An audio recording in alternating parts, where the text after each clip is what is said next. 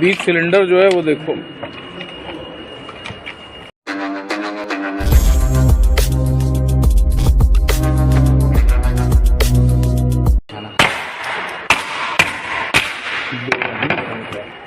बीच cylinder जो है वो देखो।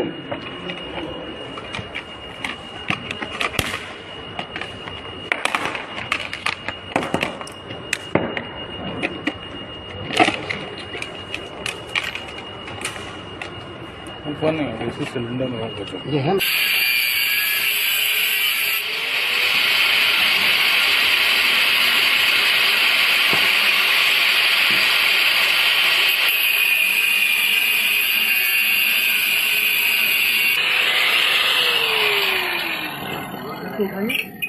भाई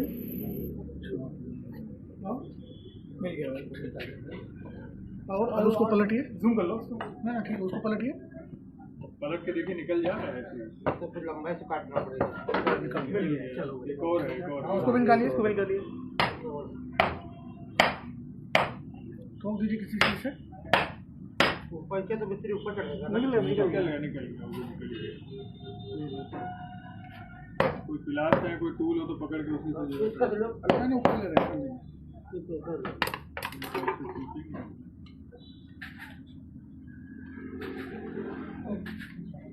थोड़ा आराम से, उसको डैमेज ना हो।